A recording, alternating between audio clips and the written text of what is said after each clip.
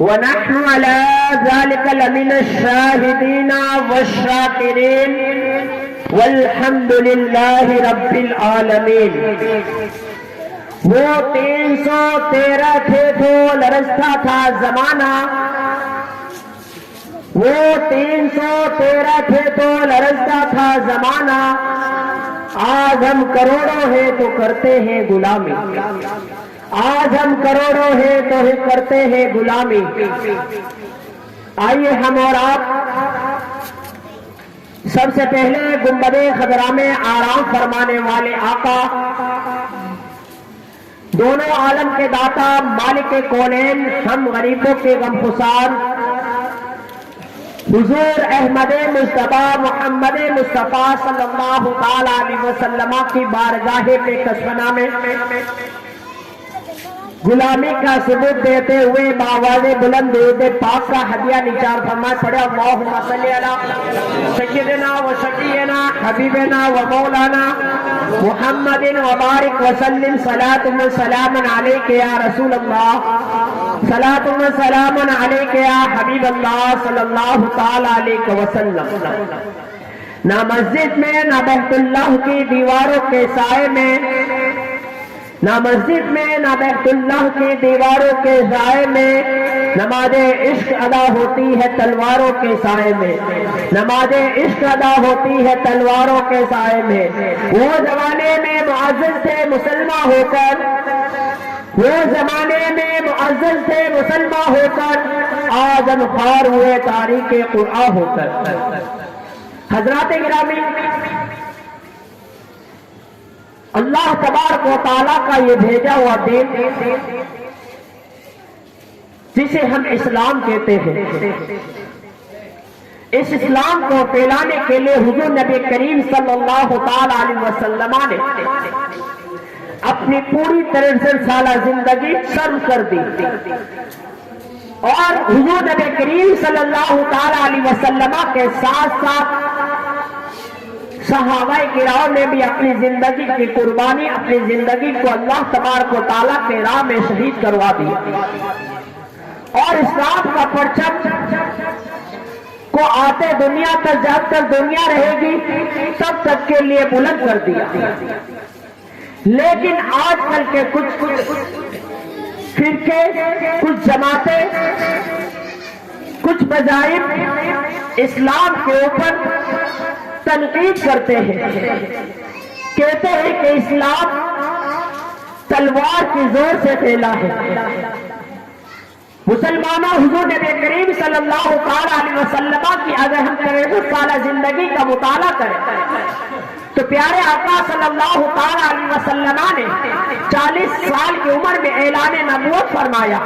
اور 10 سال آپ مکہ میں رہے، یعنی 63 سال 53 سال تک حضور نبی کریم صلی اللہ تعالی علیہ وسلم مکہ میں اسلام کی تبلیغ کرتے رہے۔ اس وقت تک پیارے آقا صلی اللہ تعالی علیہ وسلم نے نہ اپنے ماننے والوں کو تلوار اٹھانے کا حکم دیا، نہ خود میں کسی سے جنگ کی، بلکہ اسلام کا دفاع کرتے رہے اور لوگوں کو اسلام کی طرف بلاتے رہے۔ جو اس دور میں اسلام پھیلا تھا وہ تلوار کے زور سے نہیں، بلکہ حضور نبی کریم صلی اللہ تعالی علیہ وسلم کے اخلاق مبارکہ سے، حضور نبی کریم صلی اللہ تعالی علیہ وسلم کے کردار سے لوگ اسلام کے قریب آ رہے تھے۔ لیکن جب پیارے آقا صلی اللہ تعالی علیہ وسلم مکہ سے ہجرت کر کے مدینہ گئے تو مدینہ میں بھی حضور نبی کریم صلی اللہ تعالی علیہ وسلم نے تلوار نہ اٹھائی، بلکہ اسلام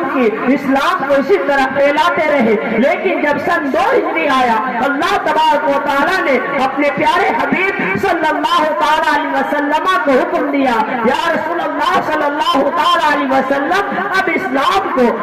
کھلا ظاہر کیا جائے، اسلام کی دفاع کے لیے اب تلوار کو نیام سے بال لایا جائے۔ تب جا کر حضور نبی کریم صلی اللہ تعالی علیہ وسلم نے تلوار اٹھائی۔ وہ بھی صرف اتنی نہیں کہ صرف اسلام کا دفاع کیا جائے، لوگوں کے درمیان اسلام کی حقانیت کو پہچانا جائے، لوگوں کے درمیان اسلام کو اجاگر کیا جائے۔ اس وجہ سے پیارے آقا صلی اللہ تعالی علیہ وسلم نے تلوار اٹھائی، بلکہ حضور نبی کریم صلی اللہ تعالی علیہ وسلم کے اخلاق سے کس قدر اسلام پھیلا ہے۔ جب پیارے آقا صلی اللہ تعالی علیہ وسلم مکہ سے مدینہ کی طرف ہجرت کر گئے تو حضرت سلمان فارسی جو فارس کے رہنے والے تھے وہ کسی تلوار کی زور سے مسلمان نہ ہوئے تھے، بلکہ اس نے نبی کریم صلی اللہ تعالی علیہ وسلم کے اخلاق کو پڑھا تھا۔ یہ فارس سے چل کر ان کے آبا و اجداد آتش کی پوجا کیا کرتے تھے، یعنی آگ کی پوجا کیا کرتے تھے۔ یہ اپنے دین سے بیزار ہو کر کسی راہ نکل گئے، راستے میں انہیں ڈاکوؤں نے پکڑ لیا، گرفتار کر لیا، کئی جگہ بکے بھی، بالآخر یہ مدینہ کے بازار میں بک کر مدینہ میں رہنے لگے۔ انہوں نے سن رکھا تھا کہ نبی آخر الزماں صلی اللہ تعالی علیہ وسلم مکہ سے ہجرت کر کے مدینہ آئیں گے، اور ان کی نشانیاں سن رکھی تھی۔ جب حضور نبی کریم صلی اللہ تعالی علیہ وسلم مکہ سے ہجرت کر کے مدینہ آئے تو وہ سب سے پہلے ایک کھجور کا ٹوکرا لے کر پیارے آقا صلی اللہ تعالی علیہ وسلم کی بارگاہ میں حاضر ہوئے اور عرض کیا، یا رسول اللہ صلی اللہ تعالی علیہ وسلم یہ صدقہ ہے۔ پیارے آقا صلی اللہ تعالی علیہ وسلم نے فرمایا، صدقہ ہمارے لیے جائز نہیں ہے، یہ غریبوں مسکینوں میں تقسیم کر دو۔ انہوں نے یہ نشانی پتا تھی کہ جو نبی ہوگا وہ صدقہ نہیں کھائے گا، وہ صدقہ کا مال نہیں کھائے گا۔ ان کی ایک نشانی، ان کا ایک سوال کا جواب حل ہو گیا۔ پھر کچھ دنوں کے بعد وہ کھجوروں کا ٹوکرا لے کر پیارے آقا صلی اللہ تعالی علیہ وسلم کی بارگاہ میں حاضر ہوئے۔ حضور نبی کریم صلی اللہ تعالی علیہ وسلم کی بارگاہ میں حاضر ہو کر حضور کے بارگاہ میں کہا، یا رسول اللہ یہ تحفہ ہے۔ حضور نبی کریم صلی اللہ تعالی علیہ وسلم نے اس کو قبول فرمایا، خود بھی اس کھجور کو کھایا، وہ صحابہ کرام کو بھی حکم دیا۔ جب مسلمان فارسی نے یہ دیکھا تو کہا کہ دوسری نشانی ظاہر ہو گئی کہ جو نبی ہوگا وہ ہدیہ، وہ تحفے کو قبول کرے گا۔ اب تیسری نشانی باقی تھی کہ جو نبی آخر زمان صلی اللہ تعالی علیہ وسلم ہوں گے ان کے دونوں سانوں کے درمیان مہر نبوت ہوگی، یعنی اللہ تبارک و تعالیٰ کی جانب سے نبی ہونے کی نشانی ہوگی۔ وہ اسی فراق میں تھے کہ پیارے آقا صلی اللہ تعالی علیہ وسلم بیٹھے ہوئے تھے، اتنے میں ہوا چلی، حضور نبی کریم صلی اللہ تعالی علیہ وسلم کی چادر مبارک ہوا میں جنبش ہوئی، وہ چادر آپ کے شان مبارک سے ہٹی تو سلمان فارسی نے حضور نبی کریم صلی اللہ تعالی علیہ وسلم کے دونوں کندھوں کے درمیان جو مہر نبوت تھی اس کو ملاحظہ کر لیا، اسی وقت کلمہ پڑھ کر اسلام میں داخل ہو گئے۔ پڑھ لیا لا الہ الا اللہ محمد رسول اللہ صلی اللہ تعالی علیہ وسلم۔ یہ اسلام کا وہ سنہرا دور کہ جب حضور نبی کریم صلی اللہ تعالی علیہ وسلم نے تلوار کے زور سے نہیں بلکہ اپنے کردار سے، اپنے عمل سے لوگوں کے درمیان اسلام کو اجاگر کیا، اور حضور نبی کریم صلی اللہ تعالی علیہ وسلم اور صحابہ کرام کے کردار سے اسلام روز بروز پھیلتا رہا، یہاں تک کہ یہودیوں کے بڑے عالم عبداللہ بن سلام وہ بھی مسلمان ہو گئے، اور انہوں نے حضور نبی کریم صلی اللہ تعالی علیہ وسلم کی بارگاہ میں حاضر ہوئے اور عرض کیا، یا رسول اللہ صلی اللہ تعالی علیہ وسلم میرے 3 سوال ہیں، ان 3 سوالوں کے جواب عنایت کر دیجئے۔ کہا کہ تمہارے کیا سوال ہے؟ کہا کہ پہلا سوال یہ ہے کہ قیامت کی پہلی نشانی کیا ہوگی، قیامت کی پہلی نشانی کیا ہوگی؟ دوسرا سوال یہ ہے کہ جنتیوں کو سب سے پہلے کون سی غذا کھانے کو دی جائے گی؟ اور تیسرا سوال یہ ہے کہ کب بچہ اپنے باپ کے مشابہ ہوتا ہے، کب ماں کے مشابہ ہوتا ہے؟ تو حضور نبی کریم صلی اللہ تعالی علیہ وسلم نے فرمایا قیامت کی سب سے پہلی نشانی یہ ہوگی کہ ایک آگ ہوگی جو لوگوں کو مشرق سے مغرب کی طرف ہانک لے جائے گی، اور جنتیوں کو جو سب سے پہلی غذا دی جائے گی وہ مچھلی کے جگر کا کباب ہوگا، یعنی مچھلی کے کلیجے کے کباب انہیں کھلائے جائیں گے۔ اور بچہ جب ماں اور باپ کے مشابہ ہوتا ہے، جب باپ کا نطفہ غالب ہوتا ہے تو بچہ باپ یا اس کے قریبی دادا اور اس کے رشتے داروں کے مشابہ ہوتا ہے، اور جب ماں کا نطفہ غالب ہوتا ہے تو بچہ ماں یا اس کے قریبی نانا نانی وغیرہ کے مشابہ ہوتا ہے۔ جب انہوں نے یہ سوالوں کے جواب معلوم کر لیے تو کہا کہ میں نے اپنی کتابوں میں پڑھ رکھا تھا کہ جو نبی آخری زماں ہوں گے، جو آخری نبی ہوں گے وہ ان تینوں سوالوں کے جواب دے دیں گے، تو مجھے پتا چل گیا کہ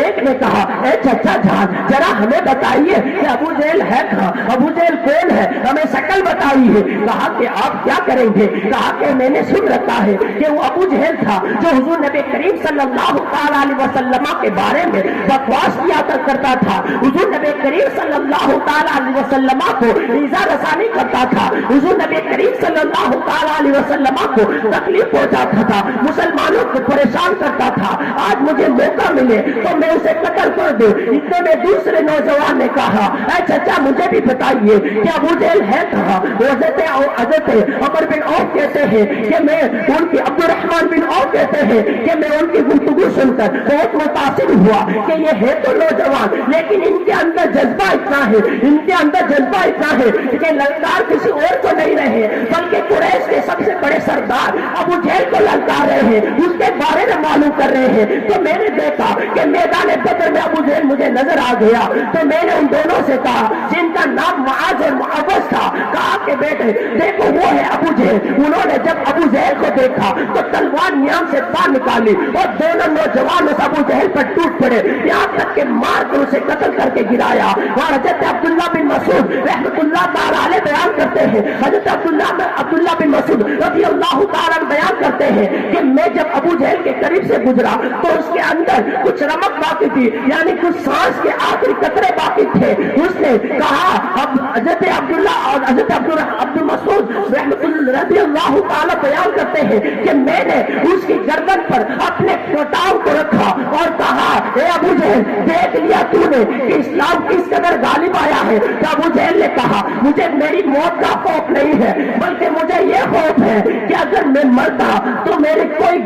جو نہیں ہوتی, لیکن مجھے کسانوں کے ہاتھوں مارا گیا ہے, یعنی ان دو نوجوانوں نے مجھے مارا ہے, مجھے اس کا افسوس رہے گا. اس نے ابو جہل کو ان نوجوانوں نے واصل جہنم کیا. یہیں پر بس نہیں, اللہ تبارک و تعالیٰ نے اس جنگ میں یعنی جنگ بدر میں بڑے بڑے کفاروں کو قتل کروا کر اسلام کے پرچم کو بلند کیا. جب جنگ ختم ہو گئی اور کفار کے 70 افراد مارے گئے, 70 گرفتار کیے گئے, پیارے آقا صلی اللہ تعالی علیہ وسلم نے صحابہ کرام کو حکم دیا اے میرے صحابیوں ان تمام کو لے جا کر, کیونکہ اتنا وقت نہیں تھا کہ ان کو مٹی کے اندر دفنایا جائے. حضور نبی کریم صلی اللہ تعالی علیہ وسلم نے صحابہ کرام کو حکم دیا کہ ان کو بدر نامی کنواں, جو بدر میں کنواں موجود تھا جس نام سے یہ جنگ موسوم تھی اسی کنویں کے نام سے جنگ موسوم تھی, تو حضور نبی کریم صلی اللہ تعالی علیہ وسلم نے فرمایا کہ ان کو اس کنویں کے اندر ڈال دیا جائے. تو تمام کفار کو اس کنویں کے اندر ڈال دیا, لیکن امیہ بن خلف کہ اس کے لال سڑنے لگ گئی تھی, جب اسے گھسیٹا گیا تو اس کے اعضاء بکھرنے لگے, اسے گڈھا کھود کر وہی دفن کر دیا. پیارے آقا صلی اللہ تعالی علیہ وسلم اس کنویں کے قریب آئے اور کہا اے ابو جہل, اے عتبہ, اے شیبہ, کیا تم نے دیکھ لیا کہ اللہ تبارک و تعالیٰ نے مجھ سے جو وعدہ کیا تھا وہ سچا ہوا؟ اللہ نے میرے وعدے کو سچا کر دکھایا ہے. اور حضرت عمر رضی اللہ تعالیٰ نے قریب کھڑے تھے, کہا یا رسول اللہ صلی اللہ تعالیٰ علیہ وسلم یہ تو کفار مر گئے ہیں, بھلا آپ ان سے کیوں بات کر رہے ہیں, یہ آپ کی بات کو کیسے سنیں گے؟ حضور نبی کریم صلی اللہ تعالیٰ علیہ وسلم نے جواب دیا اے عمر ان کی قوت سماع مرنے کے بعد زندہ آدمیوں سے زیادہ ہو جاتی ہے, یعنی جس قدر زندہ نہیں سن سکتا ہے اس سے زیادہ یہ مرے ہوئے سن سکتے ہیں, اس سے زیادہ ان کی قوت سماعت ہو جاتی ہے, لیکن جواب دینے کی ان کے اندر ہمت نہیں رہتی. اب مجھے کہہ لینے دیا جائے کہ جب کافر کی قوت سماعت اس قدر تیز ہو جاتی ہے, یہ بخاری کی روایت ہے, حضور نبی کریم صلی اللہ تعالی علیہ وسلم کا قول ہے کہ جب کافر مر جائے تو اس کی قوت سماعت یہ ہو جاتی ہے کہ وہ کہنے والے کی باتوں کو سن لیتا ہے. تو جو عام مومن ہو اس کی قوت سماعت کا کیا عالم ہوگا؟ جب ہم قبر میں جا کر انہیں السلام علیکم یا اہل القبور کہتے ہیں تو ضرور وہ ہماری سلام کو سنتے ہیں, ہماری سلام کا جواب دیتے ہیں. جب عام مومن کی قبر کا یہ عالم ہے تو جو شہداء ہیں, جو اللہ کے نیک بندے ہیں, جو اولیاء اللہ ہیں, ان کی قوت سماعت کا کیا عالم ہوگا کہ وہ ہماری باتوں کو کیوں نہ سنتے ہوں گے, وہ ہماری فریادوں کو کیوں نہ سنتے ہوں گے، بلکہ ضرور سنتے ہیں۔ اس حدیث کی روح سے دیکھا جائے تو اولیاء اللہ ہم جب یہاں سے پکارتے ہیں تو ہماری آواز کو سنتے ہیں۔ وہ اللہ تبارک و تعالیٰ نے انہیں اس قدر پاور دیا ہے، انہیں اس قدر طاقت دی ہے کہ وہ قبر میں رہ کر بھی ہماری مدد کو آتے ہیں۔ جب عام اولیاء اللہ کی یہ بات ہے تو نبی آخر زماں صلی اللہ تعالیٰ علیہ وسلم کی حیات طیبہ کا کیا کہنا۔ حضور نبی کریم صلی اللہ تعالیٰ علیہ وسلم کو اگر حیا سے پکارے، اسی لیے تو اعلیٰ حضرت فرماتے ہیں دور و نزدیک کے سننے والے وہ کہاں، دور و نزدیک کے سننے والے وہ کان، کانے لانے کرامت پہ لاتے سلام۔ ایک بار درود پاک پڑھے، اللہم صلی علی سیدنا و شفیعنا حبیبنا و مولانا محمد و بارک وسلم، صلاۃ و سلام علیک یا رسول اللہ صلی اللہ تعالیٰ علیہ وسلم۔ جب اللہ تبارک و تعالیٰ نے مسلمانوں کو فتح نصیب فرمایا، حضور نبی کریم صلی اللہ تعالیٰ علیہ وسلم جو 14 مسلمان شہید ہوئے تھے ان کی نماز جنازہ پڑھ کے انہیں دفن کیا، اور پھر حضور نبی کریم صلی اللہ تعالیٰ علیہ وسلم بدر سے نکلے، افرا کے میدان میں پہنچے، وہاں جا کر حضور نبی کریم صلی اللہ تعالیٰ علیہ وسلم نے جو مال غنیمت حاصل ہوا تھا، یعنی کافروں سے جو مال ملا تھا، حضور نبی کریم صلی اللہ تعالیٰ علیہ وسلم نے وہ مسلمانوں کے درمیان تقسیم کیا، یہاں تک کہ حضرت عثمان غنی رضی اللہ تعالیٰ عنہ جو جنگ بدر میں شریک نہیں ہوئے تھے، حضور نبی کریم صلی اللہ تعالیٰ علیہ وسلم نے ان کا بھی حصہ دیا، اس لیے کہ جب جنگ بدر کے لیے پیارے آقا صلی اللہ تعالیٰ علیہ وسلم آ رہے تھے، اس حضور نبی کریم صلی اللہ تعالیٰ علیہ وسلم کی صاحبزادی حضرت بی بی رقیہ جو سخت بیمار تھی، حضور نبی کریم صلی اللہ تعالیٰ علیہ وسلم نے حضرت عثمان کو وہیں پر رہنے دیا، کہا تم ان کی تیمارداری کرو، ان کی دیکھ بھال کرو، اللہ تبارک و تعالیٰ تمہیں تمام بدر والوں کے برابر اجر دیا جائے گا، اللہ تبارک و تعالیٰ تمہیں بدر والوں میں شریک فرمائے گا۔ تو اللہ تبارک و تعالیٰ نے حضرت عثمان غنی رضی اللہ تعالیٰ عنہ کو بدر میں شریک بھی فرمایا، اور حضور نبی کریم صلی اللہ تعالیٰ علیہ وسلم نے مال غنیمت سے حضرت عثمان غنی رضی اللہ تعالیٰ عنہ کو حصہ بھی دیا۔ حضور نبی کریم صلی اللہ تعالیٰ علیہ وسلم جب وہاں پر پہنچے تو حضرت زید بن حارثہ رضی اللہ تعالیٰ عنہ کو رضی اللہ تعالیٰ عنہ کو مدینہ میں بھیجا، کہا کہ جاؤ مدینہ والوں کو خوشخبری سنا دو کہ مسلمانوں نے آج کفار کے مقابلے میں فتح حاصل کی ہے، اللہ تبارک و تعالیٰ کی نصرت شامل حال تھی، اللہ تبارک و تعالیٰ نے مسلمانوں کو فتح نصیب فرمائی ہے۔ حضرت زید بن حارثہ رضی اللہ تعالیٰ عنہ نے جب مدینے میں آ کر حضور نبی کریم صلی اللہ تعالیٰ علیہ وسلم کے اس قول کے مطابق جب مسلمانوں کی فتح کی خوشخبری سنائی تو مدینے کی خوشی کا کوئی ٹھکانہ نہ رہا، مدینے والے حضور نبی کریم صلی اللہ تعالیٰ علیہ وسلم کی راہ دیکھنے لگے، استقبال کے لیے کھڑے ہو گئے۔ حضور نبی کریم صلی اللہ تعالیٰ علیہ وسلم جب مدینے میں داخل ہوئے تو مدینے والوں نے کوئی جوش استقبال کیا، کیونکہ اسلام کی پہلی جنگ تھی جسے مسلمانوں نے فتح سے ہمکنار کیا تھا، اللہ تبارک و تعالیٰ نے مسلمانوں کو فتح دی تھی۔ جب مسلمان مدینہ میں پہنچے، حضور نبی کریم صلی اللہ تعالیٰ علیہ وسلم کے جو کفاروں کو گرفتار کیا تھا ان کے درمیان حضور نبی کریم صلی اللہ تعالیٰ علیہ وسلم نے صحابہ کرام سے مشورہ کیا، اے میرے صحابیوں ذرا بتاؤ ان کفار کے بارے میں تمہاری کیا رائے ہے؟ حضرت عمر بن خطاب رضی اللہ تعالیٰ عنہ نے کہا یا رسول اللہ صلی اللہ تعالیٰ علیہ وسلم، آج مسلمانوں کو غلبہ دیا ہے اللہ تبارک و تعالیٰ نے، تو اس وجہ سے چاہیے کہ ہم مسلمان جو جس کا قریبی ہو وہ اسے قتل کرے تاکہ کفار کے درمیان مسلمانوں کی ہیبت بیٹھ جائے۔ تو حضرت صدیق اکبر رضی اللہ تعالیٰ نے مشورہ دیا یا رسول اللہ صلی اللہ تعالیٰ علیہ وسلم انہیں فدیہ لے کر چھوڑ دیا جائے، ان سے روپیہ پیسہ لے لیا جائے تاکہ اس سے اسلام کو قوت حاصل ہو، اسلام اس کے ذریعے پھیلے گا پھولے گا۔ حضور نبی کریم صلی اللہ تعالیٰ علیہ وسلم نے حضرت صدیق اکبر رضی اللہ تعالیٰ عنہ کی رائے پسند فرمائی اور ان کو پار سے فدیہ لے کر انہیں رہا کیا کیا گیا، لیکن جس کے پاس روپیہ پیسہ نہیں تھا، جس کے پاس فدیہ کی قیمت نہیں تھی، تو انہیں یا تو کسی مسلمان کو لکھوانے کی اجرت پر ان کا فدیہ گنا گیا، یعنی ایک کافر کو 10 مسلمانوں کو لکھائی سکھانے پر انہیں فدیہ شمار کر کے انہیں ریا کیا گیا۔ اسی کو انہیں کفاروں کے قیدیوں میں حضور نبی کریم صلی اللہ تعالی علیہ وسلم کے چچا حضرت عباس بھی تھے۔ حضرت عباس کو لایا گیا، حضرت عباس نے کہا مجھے ریا کر دیجئے، تو حضور نبی کریم صلی اللہ تعالی علیہ وسلم نے فرمایا کہ تم اپنا فدیہ اور 2 اپنے چچا جات بھائیوں کا فدیہ اور ایک اپنے حریف کا فدیہ ادا کرو۔ حضرت عباس نے کہا میرے پاس فدیہ نہیں ہے، میرے پاس کوئی رقم نہیں ہے جو میں آپ کی بارگاہ میں پیش کر سکوں۔ تو حضور نبی کریم صلی اللہ تعالی علیہ وسلم نے فرمایا اے چچا وہ روپے کہاں ہے، وہ نقدی کہاں ہے جو آپ جنگ کے وقت آتے وقت اپنی بیوی کو دے کے آئے تھے، ام فضل کو دے کے آئے تھے اور کہا تھا کہ اگر میں جنگ سے آ جاؤں میں زندہ لوٹ آ جاؤں تو ٹھیک ہے، اگر میں زندہ نہ لوٹوں تو میرے بیٹوں کو یہ رقم دے دینا۔ حضرت عباس نے جب یہ سنا تو کہا کہ آپ واقعی آپ نبی ہیں، اس لیے کہ ان پیسوں کے بارے میں میرے علاوہ کوئی نہیں جانتا تھا، یا تو میں جانتا تھا یا میری بیوی ام فضل جانتی تھی۔ یا رسول اللہ صلی اللہ تعالی علیہ وسلم آپ حق پر ہیں۔ اور حضرت عباس رضی اللہ تعالیٰ عنہ نے وہ روپیہ منگا کر اپنا اور اپنے دونوں چچا جات بھائیوں کا اور اپنے حریف کا فدیہ عطا کر کے اور رہائی حاصل کی۔ اس طرح کفار اپنی رہائی حاصل کرتے رہے۔ جب کفاروں کو رہائی مل گئی ادھر مدینہ میں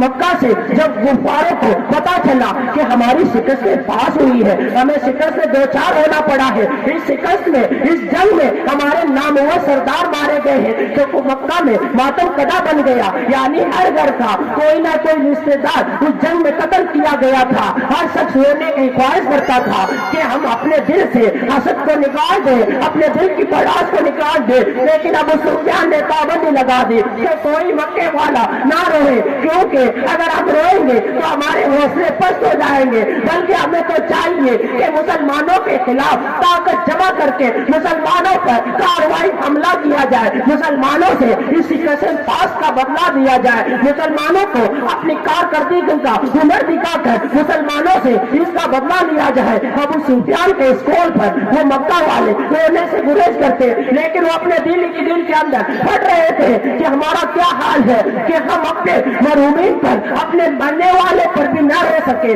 یہ کیا ہے؟ ایک مرتبہ اسود بن مطلب جو جس کے اس جنگ میں اس کا بیٹا، اس کا رشتے دار قتل ہوا تھا، اس نے سوچا کہ آج میں اپنی رو کر بڑاس نکالوں، لیکن رونے پر پابندی لگی ہوئی تھی، تو کیا دیکھا کہ کوئی رونے والا رو رہا تھا۔ اس نے اپنے خادموں سے کہا ذرا دیکھ کے آؤ کون رو رہا ہے، کیا مکہ والوں پر رونے کی چھوٹ دے دی گئی ہے، کیا بدر والوں کے لیے رونا عام کر دیا گیا ہے؟ تو دیکھنے گیا، کہا کہ نہیں بلکہ ایک عورت کا اونٹ گم ہو گیا ہے، اس وجہ سے اونٹ کی غمی میں رو رہی ہے۔ تو اس نے کچھ شعر کہے، کہا کہ اونٹ کی غمی میں رونے والے ذرا تو خاموش ہو جا، اس لیے کہ تیرا تو اونٹ ہی گم ہوا ہے، ہم نے بدر میں اپنے رشتے داروں کو کھو دیا ہے، تبھی ہمیں رونے نہیں دیا جا رہا ہے۔ یہ تھا مکہ والوں کا حال کہ وہ اپنے عزیز و اقارب کے غم میں نڈال ہو رہے تھے، وہ اپنے اندر حسد و تکبر کی آگ کو سلجھا رہے تھے کہ کسی طرح بھی بدر کا انتقام لیا جائے،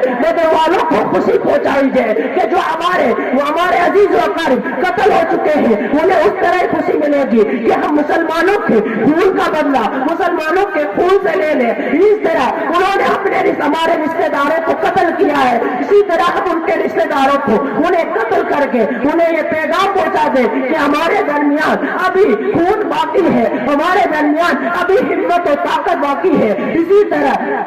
مکہ والے حضور نبی کریم صلی اللہ علیہ وسلم کو اور مسلمانوں کو تکلیف پہنچانے کے آپے میں تھے، وہ چاہتے تھے کہ کسی طرح بھی کوئی موقع مل جائے اور ہم مسلمانوں پر حملہ کر دیں۔ ابو سفیان نے قسم کھا لی تھی کہ میں اس وقت تک نہ کھاؤں گا نہ نہاؤں گا اور نہ اپنے سر میں تیل لگاؤں گا جب تک کہ میں اپنے مقتولین کا بدلہ نہ لے لوں۔ وہ 200 سوار اونٹوں کے ساتھ مکہ سے مدینہ آیا، لیکن اسے کچھ موقع نہ ملا تو ایک صحابی رسول صلی اللہ علیہ وسلم جو مدینے کی چرواگاہ میں اپنے اونٹ چروا رہے تھے، اس نے ان کو قتل کر دیا اور اسے سوچا میں نے اپنے مقتولین کا بدلہ لے لیا ہے، اور یہیں پر بس نہ کیا بلکہ کچھ درختوں کو بھی کاٹ دیا، اور جاتے جاتے اس نے مدینے کی چرواگاہ میں آگ لگا دی اور اس نے اپنی آگ کو ہلکا کر لیا، کہا کہ میں نے اپنے مقتولین کا بدلہ لے لیا ہے، میں نے اپنے مقتولین کی روح کو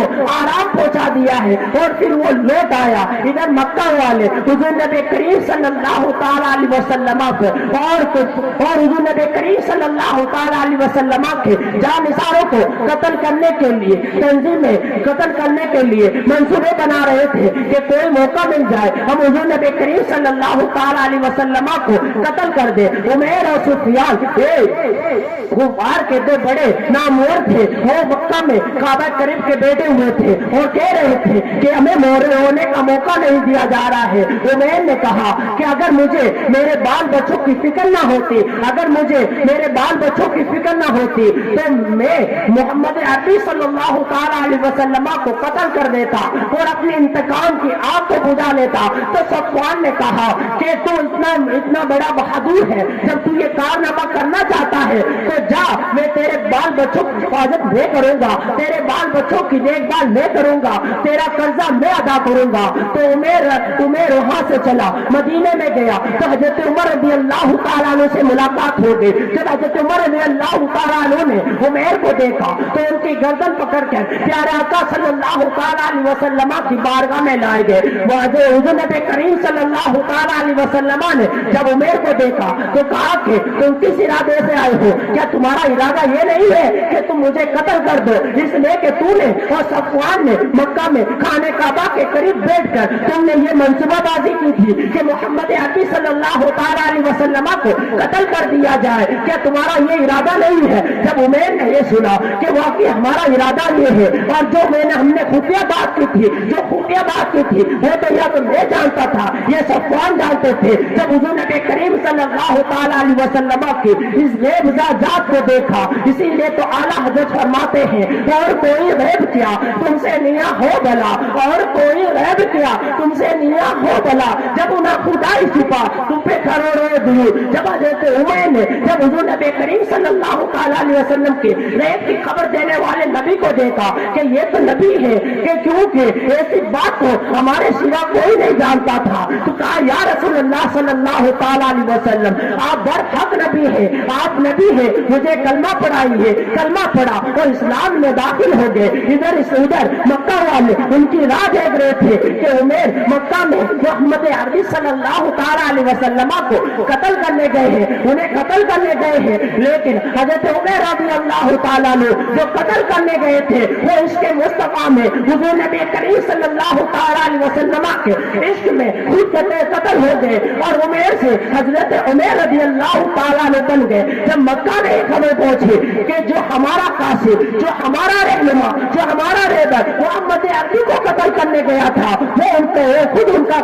گرویدہ ہو گیا ہے، اس وجہ سے مکہ میں اور آگ بڑھنے لگی، یہاں تک کہ مکہ والوں نے قرب جوار میں اعلان کروا دیا کہ اب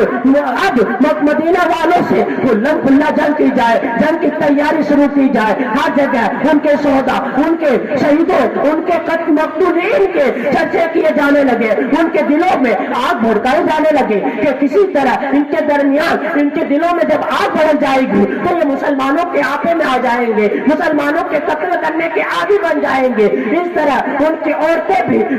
رضیہ اشعار پڑھ کر ان کے دلوں میں مسلمانوں کی حیبت کو ختم کرنا چاہتے تھے، اور کہتے کہ